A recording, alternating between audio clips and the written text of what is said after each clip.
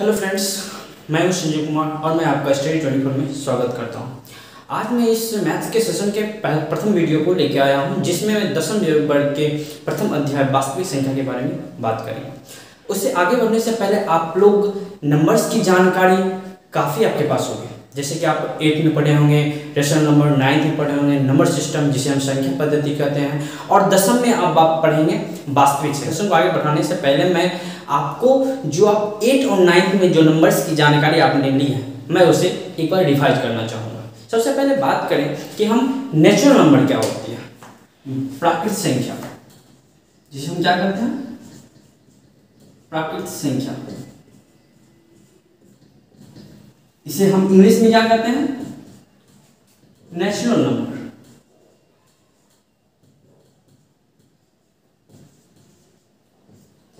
इसे हम n से डिनोट करते हैं, इसे हम n से डिनोट करते हैं। दूसरी बात आती है तो प्राकृतिक संख्या होती क्या। अब बात करें, जब प्राकृतिक संख्या की बात आई तो प्राकृतिक संख्या होती क्या। प्राकृतिक संख्या और कुछ नहीं, बस काउंटेबल नंबर है। काउंटेबल नंबर क्या क्या होते हैं, जैसे कि हम बात करते हैं 1 2 3 4 5 6 dot dot dot up to infinity. यानी हम जितना तक गिनती कर सकते हैं, किसी भी चीज को गिनती कर सकते हैं जितना तक, उसे हम क्या कहते हैं, प्राकृतिक संख्या कहते हैं, रियल नंबर कहते हैं। ठीक है, आगे हम बात करें पूर्ण संख्या की।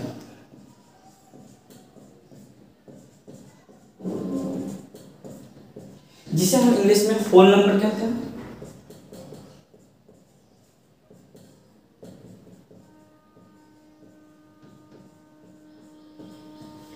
होल नंबर क्या होती है, बस इसमें और कुछ नहीं, जितने भी आपके प्राकृतिक संख्या है उसमें सिर्फ जीरो ऐड कर देना। यानी हम यूं कह सकते हैं एक जीरो और प्लस आपका नेचुरल नंबर, ये सारे क्या हो गए, पूर्ण संख्या हो गए। यानी आपके पूर्ण संख्या क्या क्या हो जाएंगे, 0 1 2 3 4 dot dot dot up to infinity. Denote करने के लिए हम एक इन्फिनिटी सिंबल का इस्तेमाल करते हैं। फोर नंबर्स हो गए। अब बात करें पूर्णांक। पूर्णांक क्या होती है, जिसे हम इंटीजर कहते हैं इंग्लिश में।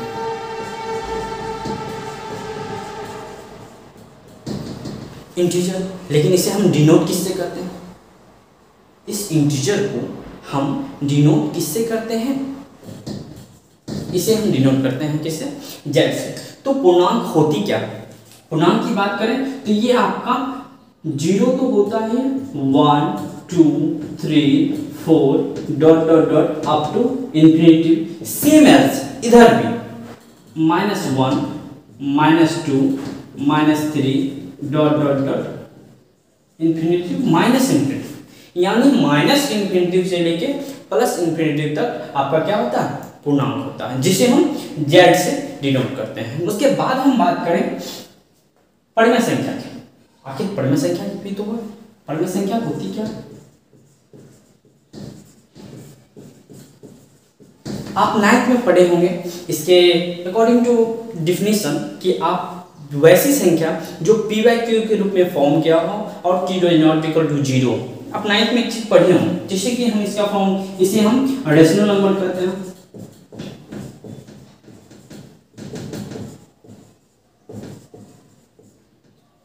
और इसे हम डिनोट किससे करते हैं, क्या जानते हैं इसे हम किससे डिनोट करते हैं, देखिए इसे हम क्यू से डिनोट करते हैं। रेशनल नंबर को हम क्यू से डिनोट करते हैं। अब बात करें रेशनल नंबर होती क्या, तो आप 9th में पढ़े होंगे कि वैसी संख्या जिसे हम p बाई क्यू के रूप में फॉर्म किया था, यानी वो संख्या जो p बाई क्यू के रूप में फॉर्म हो, जहां p और q एक पूर्णांक, p और q क्या हो, एक पूर्णांक, और q does not equal to 0, और p और q का HCF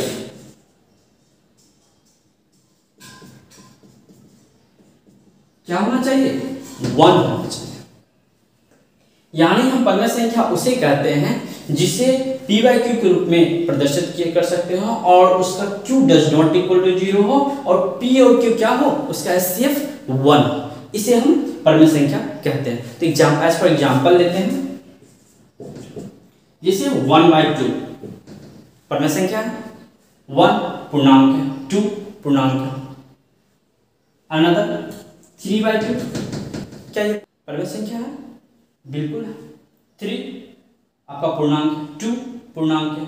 देखो क्यू दोनों का क्यू 0 है नहीं, साथ ही साथ इन दोनों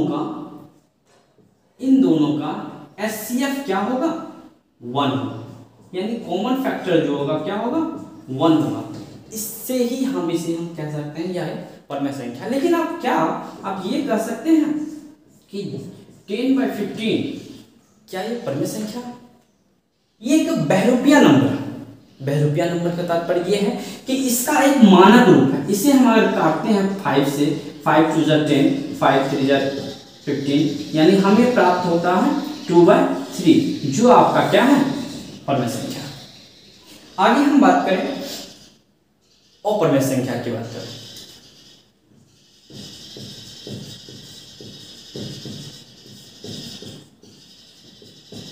अपरमेय संख्या क्या होती है? तो अपरमेय संख्या और कुछ नहीं, वैसे सारे डिविजिबल नंबर जो अंडर रूट में हो, यानी अंडर रूट में अभाज्य संख्या अगर प्राप्त होती है तो उसे हम क्या कहते हैं, अपरमेय संख्या कहते हैं। जैसे आपका √2, √3, √5। तो क्या हम एक अनदर एक नंबर आता है, पाई के बारे में आप जानते होंगे, जिसे हम पाई को अपरमेय संख्या कहते हैं, और जबकि पाई का मान 22/7 जो होती है वो आपका परमेय संख्या है। यानी हम बात करें पाई की तो वो आपका क्या है, अपरमेय संख्या है। लेकिन जो इसका मान है 22/7 वो आपका क्या है, परमेय संख्या। क्यों? अब आपके मन में एक सवाल उठता होगा कि सर अब पाई का मान जो है 22/7 ही होता है, तो पाई और परमेय संख्या और 22/7 परमेय संख्या कैसे? बिल्कुल, इसके पीछे एक कॉन्सेप्ट है कि जो पाई का एक्चुअल मान होता है वो 22/7 होता नहीं है। वो 22/7 हम अपने कैलकुलेशन को सॉल्व करने के लिए, इजी करने के लिए हम लोग 22/7 इसका अप्रोक्सीमेट मान ले लेते हैं, जिसे हम पाई करते हैं। ठीक है, पाई का मान अब क्या होता है, 22/7 होती है। तो इसे हम पाई, अगर क्वेश्चन आती है कि पाई क्या है, एक अपरमेय संख्या है या परमेय संख्या है, तो आप कहेंगे पाई क्या है, अपरमेय संख्या है। लेकिन जब आपको क्वेश्चन कहा जाए कि 22/7 क्या है, तो 22/7 क्या है, आपका परमेय संख्या है। ये आप ध्यान रखेंगे। ऐसे एक नंबर की क्वेश्चन, ऑब्जेक्टिव टाइप क्वेश्चन आपके पूछ लिए जाते हैं। ठीक है, अब आगे हम बात करें वास्तविक संख्या के बारे में।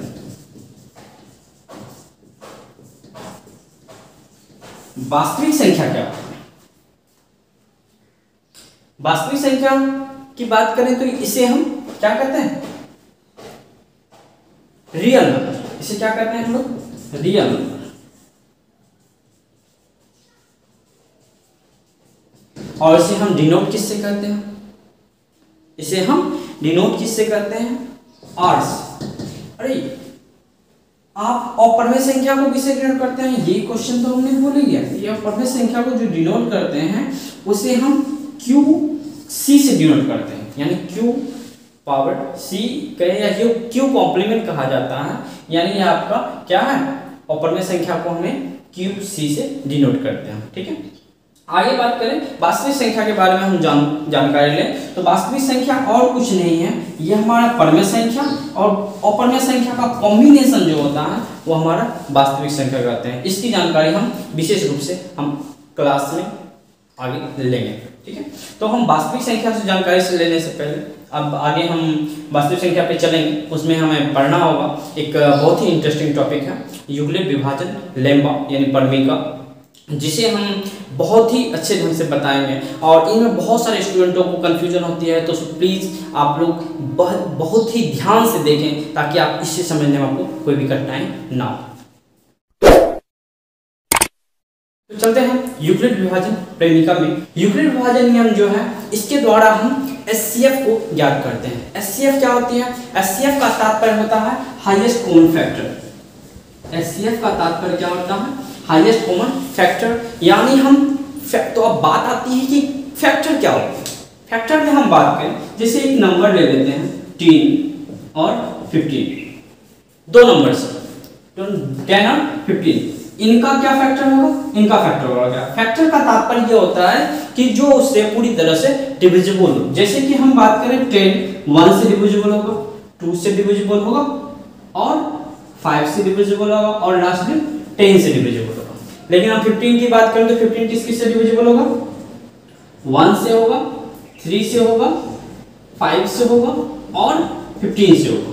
ठीक है, तो ये इसके क्या हो गए? फैक्टर हो गए।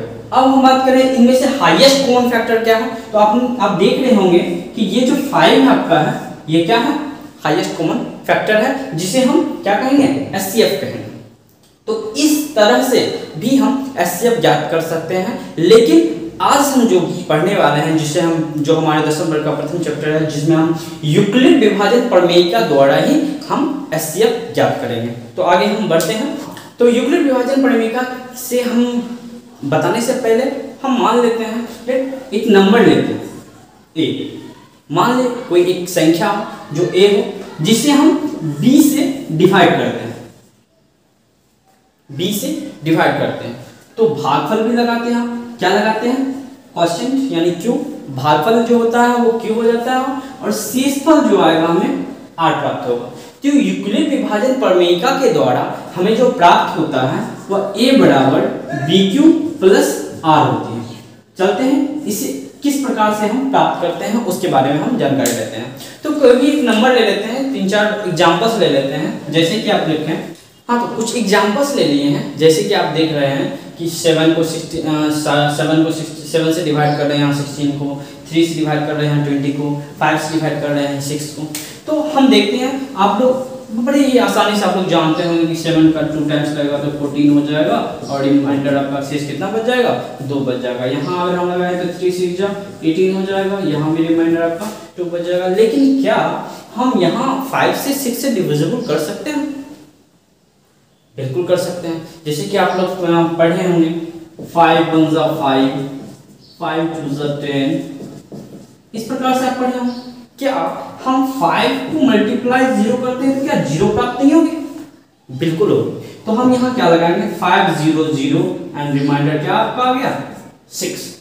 इस प्रकार से भी हम चल सकते हैं। और हम इसी को फिर से एक प्रमेयिका के द्वारा जो हम लोग सोल्व करते हैं, जो कि हम यहाँ लिख सकते हैं 16 इक्वल क्या लिख सकते हैं? इन दोनों का मल्टीपल 7 × 2 और प्लस 2। यहाँ 20 इक्वल क्या लिख सकते हैं? 3 × 6 प्लस 2। बिल्कुल, यहाँ भी आप लिख सकते हैं 6 इक्वल टू क्या हो जाएगा? 5 × 0 प्लस 6। इस प्रकार से हम डिनोट करते हैं। तो यही जो डिनोटेशन है वो आपका यूक्लिड विभाजन प्रमेय का आधार है। लेकिन हम इसके आधार पे हम एचसीएफ की गणना करेंगे। चलो, यूक्लिड विभाजन प्रमेय को आगे बढ़ाने से पहले हम एक छोटा सा एग्जांपल लेते हैं, जिसके द्वारा हम जान पाएंगे कि किस प्रकार से हम यूक्लिड विभाजन प्रमेय को हल करते हैं। सबसे पहले हम एक एग्जांपल लेते हैं 40 और 150 का एचसीएफ ज्ञात करने का। तो 40 और 150 का एचसीएफ कैसे ज्ञात करेंगे? सबसे पहले हम 40 से बड़े नंबर्स को हम क्या भाज्य में रखेंगे और छोटे नंबर से हम क्या करेंगे? डिवाइड करेंगे। जैसे कि आप देख सकते हो यहाँ पे हम 3 टाइम्स लगाते हैं तो हमें प्राप्त होता है 30। ठीक है, जो हम रिमाइंडर में 30 प्राप्त होगा त्यों ही हम क्या करेंगे? इसे हम पुनः भाज्य के रूप में ले आएंगे। 1 टाइम्स 30, फिर से हमारा रिमाइंडर क्या है? 10। जो ही हमारा ये सिलसिला तब तक चलेगा जब तक कि शेषफल हमें 0 ना मिले। तो हम पुनः 3 टाइम्स लगाएंगे 30, और ये हम देख रखे हैं कि हमारा जो रिमाइंडर है वो 0 हो गया। यानी हम कह सकते हैं कि HCF of 40 and 150 is equal to what? 10। यानी हम HCF 40 और 150 का जो HCF होगा वो हमें क्या प्राप्त हुआ, 10 प्राप्त हुआ। हम इसी तरह के क्वेश्चन को हम विशेष क्रमबद्ध के रूप में हम जब बताएंगे तो उसे हम क्या कहेंगे, यूक्लिड विभाजन प्रमेय का द्वारा करेंगे। उसमें थोड़ा सा अंतर होगा, उसमें स्टेप बाय स्टेप या चरण बाय चरण हमें कुछ सजावटी ढंग से लिखना होगा और कुछ नहीं।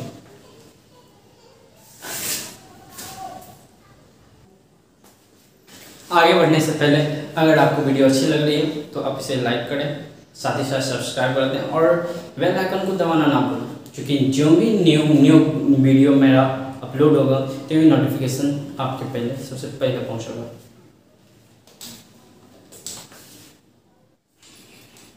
तो दोस्तों आज चलते हैं प्रथम जो आपका सवाल है प्रश्नावली नंबर 1 का जो प्रथम क्वेश्चन है 135 और 225 का जो HCF निकालेंगे वो भी किस विधि के द्वारा, यूक्लिड विभाजन प्रमेय का विधि के द्वारा।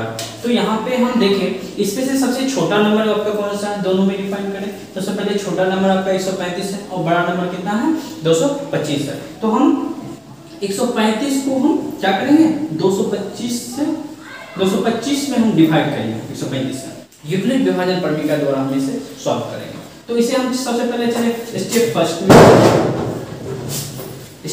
में क्या होगा, 135 से हम 225 में डिवाइड करेंगे।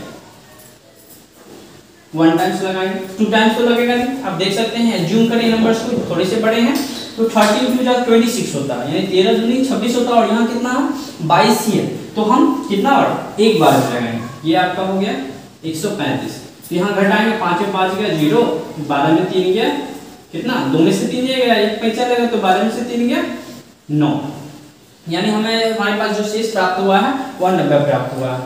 तो लिखेंगे यूक्लिड विभाजन नियम से, यूक्लिड विभाजन नियम से हम पाते हैं कि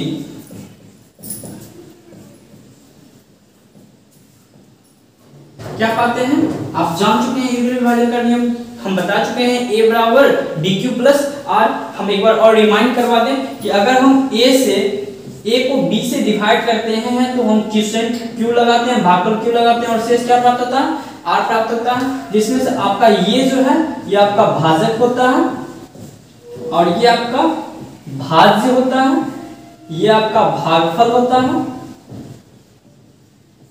और ये आपका शेषफल होता है। ठीक, यही आपका यूक्लिड विभाजन नियम का जो है रूल है, a बराबर bq प्लस r होना चाहिए।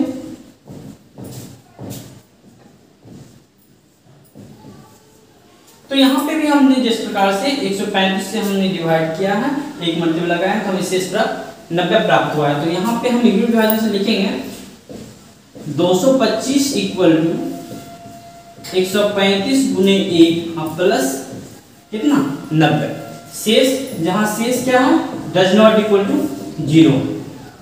पुनः हम स्टेप 2 चलेंगे। स्टेप 2 में फिर से हम देखेंगे ये आपका जो शेष है वो आपका भाज्य के रूप में, भाजक के रूप में आ जाएगा और ये जो आपका भाजक है वो आपका भाज्य के रूप में आ जाएगा, यानी आपका 90 हो जाएगा 100 और ये आपका 135। फिर से हम इसे विभाजित करते हैं तो कितनी बार लगाएंगे, फिर से 1 टाइम्स लगेगा, 5 में 0 गया 5 और 13 में 9 गया कितने 4, यानी हमें फिर से प्राप्त हो गए शेष पर 0 ना प्राप्त होकर 45 प्राप्त हुए हैं। फिर से लिखेंगे यूक्लिड विभाजन नियम से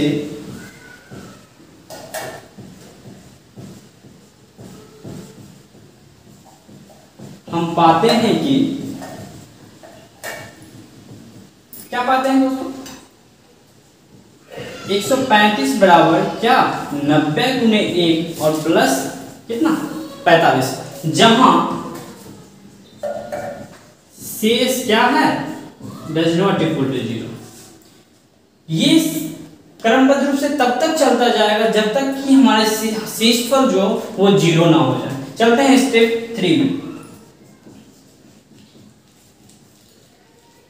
यहाँ जो आपका 45 है वह पुनः जो है आपका भाजक के रूप में आ जाएगा और फिर हम किसे 90 से 90 में डिवाइड करेंगे तो हम देख रखे हैं यहाँ 2 टाइम्स लगाएंगे 45 दूनी 90 और ये आपका क्या प्राप्त हो गया, शेष पर 0 प्राप्त हो गया। पुनः हम जो है जो आपका लिखने का जो तरीका है वो आप पुनः हम लिखेंगे।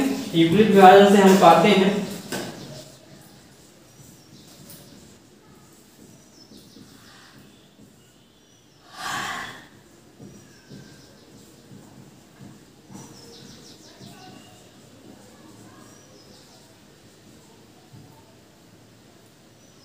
क्या दोस्तों, 90 इक्वल बराबर 45 गुने 2 प्लस 0, जहां हमारा शेष क्या प्राप्त हो गया, 0 के बराबर हो गया। तो हम लिखेंगे 135 और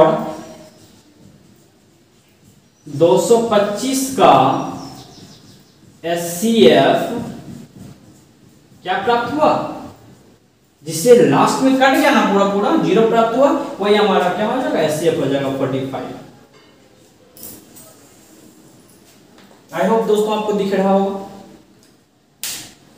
इसको हम एक अनदर मेथड से भी हम बना सकते हैं। चलते हैं उस मेथड की ओर हम देखते हैं। मेथड क्या है कि आप इसको बस लिखने का तरीका थोड़ा चेंज हो जाता है और कुछ नहीं है।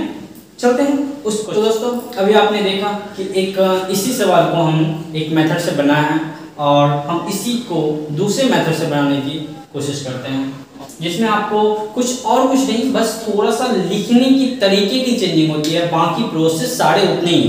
जैसे कि हम बात करें, इधर हम क्या करेंगे, सबसे पहले 135 को से 225 में डिवाइड करेंगे। 135 से हम 225 में क्या करेंगे, विभाजन करेंगे और इधर हम उसके चरणों को, जितने भी स्टेप होंगे उस स्टेपों को लिखते जाएंगे। यूक्लिड विभाजन नियम से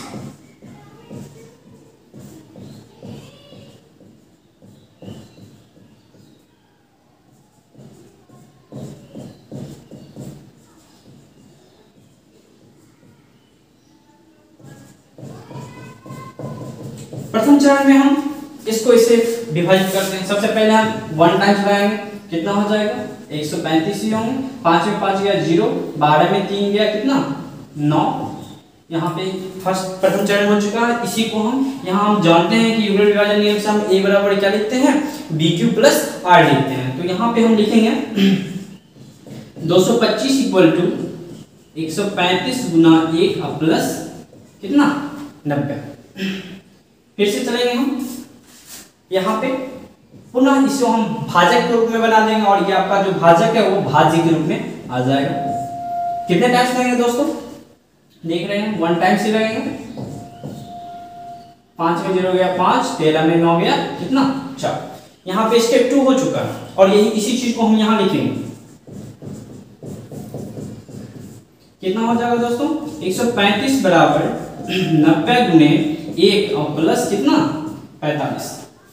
पुनः यहाँ भी हम देख रखे हैं कि यहाँ भी 0 नहीं हुआ है इस पर, तो हम इसे पुनः क्या करेंगे, भाजक के रूप में लेंगे और जो इसका भाजक है वो भाज्य के रूप में आ जाएगा। अब आप लगा सकते हैं कितनी टाइम्स, 2 गुना लगा सकते हैं, तो कितना हो जाएगा आपका 90 हो जाएगा और शेषफल आपका क्या प्राप्त हो गया, यहाँ 0 प्राप्त हो गया। पुनः हम लिखेंगे स्टेप चरण 3 में हम क्या पा रहे हैं दोस्तों, 90 बराबर 45 गुने 2 और प्लस क्या, शेष 0।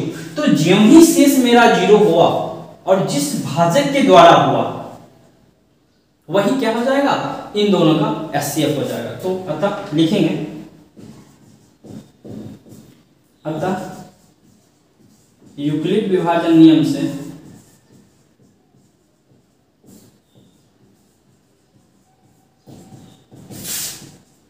हम पाते हैं कि 135 और 225 का HCF क्या हो गया दोस्तों, 45। तो चलते हैं दोस्तों दूसरे सवाल की ओर, जिसमें हमें 196 और 38,220 का हमें HCF याद करना है, वो भी किस विधि के द्वारा, यूक्लिड विभाजन विधि के द्वारा। तो हम यहाँ पे फिर से पुनः वही वर्क करेंगे कि हम एक तरफ इसे विभाजित करेंगे दूसरी तरफ हम इसे चरणबद्ध के रूप में लिखेंगे।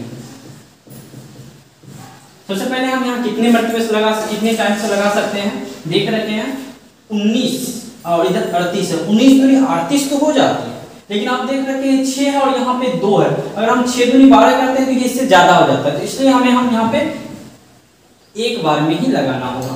तो हम यहाँ लगाते हैं एक बार में 196 लगेगा, 12 में से 6 गया कितना, 2 में से 6 नहीं जाएगा, एक पैसा लगा, 12 में से 6 गया 6, 7 में से 9 नहीं जाएगा, फिर एक लेंगे तो एक 1 टाइम्स लेंगे तो कितना आ जाएगा 17, 17 में हो गया 8 और यहाँ 2 में से 1 गया 1, हमें प्राप्त हुआ 186। लेकिन क्या ये शेष नहीं है, ये आपका अभी भी इस जो विभाजन की प्रक्रिया है वो कंटिन्यू है, वो आगे बढ़ती जाए। तो हम यहाँ पे क्या उतरेगा, एक संख्या उतरती है, अब जानते हैं विभाजन के नियम में जो भाग के नियम है वो आप जानते हैं, एक संख्या उतारते हैं। अब पुनः आप कितने टाइम्स लगा सकते हैं, देखिए 196 को हम अगर 10 बार करते हैं तो 1960 होती है, 9 बार में लगाइए तो 19 9 कितना होता है 171 होता है, 9 टाइम्स में आप लगा सकते हैं, 9 टाइम्स में लगाइए तो कितना हो जाएगा 9 6 का 54, 4 बचे 5 और 9 9 81 5 86 6 बचे 8 और 9 1 9 9 8 17, यानी हमारे पास जो प्राप्त हुए हैं वो 1764 है। इसको हम फिर से क्या करेंगे, घटा देंगे, 2 में से 4 नहीं जाएगा, एक बचा लेंगे, 12 में से 4 गया 8, यहाँ 5 में 6 नहीं जाएगा, एक बचा, 15 में 6 गया 9 और ये आपका क्या हो गया कट गया। नेक्स्ट आपका फिर से एक नंबर उतरेगा नीचे 0, पुनः हम लगाने की कोशिश करते हैं, अभी तक भी हमें शेष प्राप्त नहीं हो पाया है, तो 196 को हम कितना बार में लगा सकते हैं। अब देखें कि 6 यहाँ 0 है और यहाँ 6 है, तो क्या इसका कोई मल्टीपल 0 हो सकता है, तो आप जानते हैं कि 6 25 30 होता है, तो 5 बार में हम लगाने की कोशिश करते हैं, तो क्या हो जाएगा 6 25 30, 0 बचे 3, 19 25 9 बचे 45 5 45 3 48 8 बचे 4 5 1 5 4 9, ये देखिए पूरा हो गया। तो यहाँ पे हमें क्या प्राप्त हो गया 0 प्राप्त हो गया। तो इस एक ही चरण में ये हमें 0 प्राप्त हो चुका है, इसलिए हम इन दोनों का एचसीएफ क्या हो जाएगा 196 हो जाएगा। उसी को हम चरणबद्ध के रूप में इधर लिखेंगे, यानी 38220 बराबर हो जाएंगे 196 गुने 195 और प्लस 0, अतः 196 और 38220 का HCF क्या हो गया दोस्तों 196 ही हो गया। ठीक है दोस्तों, तीसरे नंबर की तीसरे क्वेश्चन की तरफ, जिसमें आप देख रहे होंगे कि 867 और 255 का एचसीएफ हमें ज्ञात करना है पुनः विभाजन नियम से, क्योंकि आप सवाल में आप देख रखे होंगे 867 और 255 में हमें छोटा नंबर कौन सा है आप जान रखे हैं, हमें आपको पहले ही बता चुके हैं कि आप उसमें से उन दोनों नंबर्स में छोटे नंबर को आप ढूंढेंगे, जिसमें आप देख रहे हैं 255 क्या है छोटा नंबर है, किससे 867 से। तो हम पुनः एक तरफ चरण को लिखेंगे और दूसरी तरफ उसे हम क्या करेंगे विभाजित करेंगे। तो हम 255 से 867 में हम क्या करेंगे विभाजित करेंगे, 255 से 867 को हम विभाजित करते हैं। तो देखिए कितने टाइम लग सकते हैं, अगर हम 2 टाइम लगाएं 3 टाइम लगाएं 25 या 75 तो हो जाती है, तो क्या और 5 या 15 क्या लग सकता है, 75 से और 86 में काफी अंतर है, हम ट्राई करते हैं लगा सकते हैं 3 बार में लगाते हैं। तो 5 या 15 5 बचे 1, 5 या 15 1 16 6 बचे 1 3 दूनी 6 1 7, देखिए लग गया है। इसको हम क्या करते हैं घटाते हैं, 7 में 5 गया 2, 6 में 6 गया 0 और 8 में 7 गया कितना 1, यानी हमें यहाँ पे क्या प्राप्त हुआ शेषफल 102 प्राप्त हुए हैं। तो यहाँ चरणबद्ध के रूप में लिख देंगे 867 बराबर 255 गुने 3 और प्लस क्या 102, जहां शेषफल क्या है 0 नहीं। तो हम इसे हम पुनः क्या करेंगे 102 को पुनः भाजक के रूप में लेके हम 255 में डिवाइड करेंगे, क्या हो जाएगा 102 दूनी लगाइए 204 हो जाते हैं, फिर से इसको घटाते हैं 5 में 4 गया 1 और 5 यहाँ हो गए और यहाँ पे पकड़, यानी आपका फिर से यहाँ शेषफल कितना प्राप्त हुआ 51 प्राप्त हुआ। तो स्टेप 2 यानी चरण 2 में लिखेंगे 255 बराबर 102 गुने 2 प्लस 51। तो पुनः हम इसे भाजक के रूप में कर लेंगे और ये आपका पुनः भाज्य के रूप में आ जाएगा। कितने टाइम्स लगाएंगे दोस्तों? 2 बार लगाइए।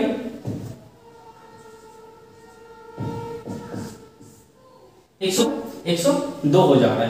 तो यहाँ पे पुनः ये सब क्या हो गया? कट गया, यानी शेषफल हमें क्या प्राप्त हो गया दोस्तों? 0 प्राप्त हो गया। चरण तीसरा जो आपका प्राप्त हुआ है वह 102 बराबर 51 गुने 2 प्लस 0, अतः 867 और 255 का HCF क्या हो गया दोस्तों? 51। वीडियो में बने रहने के लिए धन्यवाद। मैं आपको अगले वीडियो में इससे आगे के सवालों को बहुत ही अच्छे ढंग से फिर से बताऊंगा। आज भर के लिए इतना ही। अगर आपको वीडियो अच्छी लगे तो आप इसे लाइक करें और साथ ही साथ सब्सक्राइब करने के साथ साथ आप बेल आइकन को भी दबा दें ताकि जो भी मैं नई वीडियो बनाऊंगा उसकी अपडेट सबसे पहले आप तक पहुंचेगी। धन्यवाद।